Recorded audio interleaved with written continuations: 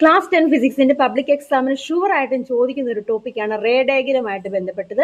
Ray diagram വരയ്ക്കാൻ, അതായത് complete the figure എന്നോ അങ്ങനെയൊക്കെ പറഞ്ഞ് ചോദിക്കാൻ ചാൻസ് ഉണ്ട്. അപ്പൊ ഫിഗർ വരയ്ക്കാൻ ചോദിക്കുമ്പോൾ നിങ്ങൾ എന്താണ് ചെയ്യേണ്ടതെന്ന് വെച്ചാൽ റേ ഡയഗ്രം നീറ്റ് ആയിട്ട് വരയ്ക്കട്ടെ, സ്കെയിലൊക്കെ ഉപയോഗിച്ച് വരയ്ക്കുക. അതിന് റേസ് ഒക്കെ വരയ്ക്കുമ്പോൾ ആരോ മാർക്ക് ഇമ്പോർട്ടന്റ് ആണ് കേട്ടോ. ആരോ മാർക്ക് ഒക്കെ എങ്ങോട്ടാണെന്നുള്ള കൃത്യമായിട്ട് തന്നെ വരച്ചിരിക്കണം.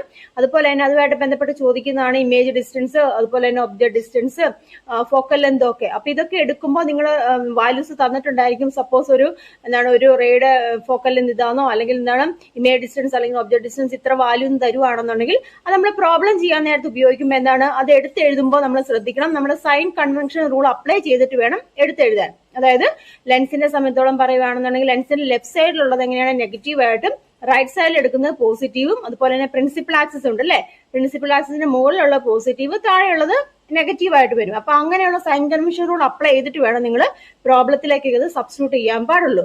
പ്രോബ്ലം ഒക്കെ ചെയ്യുമ്പോൾ യു വി എഫ് ഒക്കെ കണ്ടുപിടിക്കാൻ ചോദിക്കും. അപ്പൊ ഫൈനൽ റിസൾട്ടിൽ എപ്പോഴും യൂണിറ്റ് ഉണ്ടായിരിക്കണം. മീറ്റർ അല്ലെങ്കിൽ സെന്റിമീറ്റർ ഏതാണോ തന്നിരിക്കുന്നത് അതനുസരിച്ചിട്ട് നിങ്ങൾ യൂണിറ്റും കൃത്യമായിട്ട് എഴുതിയിരിക്കണം. അതുപോലെ തന്നെ റേ ഡയഗ്രമായിട്ട് ബന്ധപ്പെട്ട് ചോദിക്കുന്ന മറ്റൊരു ക്വസ്റ്റ്യൻ ആണ് നമ്മുടെ മാഗ്നിഫിക്കേഷൻ എന്ന് പറയുന്നത്. അപ്പം മാഗ്നിഫിക്കേഷനെ കുറിച്ചും കൃത്യമായിട്ടുള്ള ധാരണ ഉണ്ടായിരിക്കണം.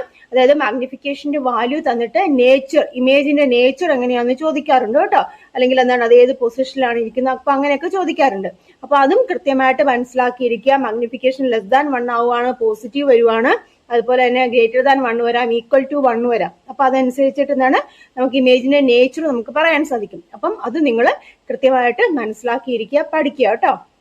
അപ്പൊ ഈ പറഞ്ഞ കാര്യങ്ങളൊക്കെ ഞാൻ വീഡിയോയുടെ ലാസ്റ്റ് കൊടുത്തിട്ടുണ്ട്. നിങ്ങൾ സ്ക്രീൻഷോട്ട് എടുത്ത് വെക്കുക, കൃത്യമായിട്ട് മനസ്സിലാക്കി തന്നെ പഠിക്കുക കേട്ടോ.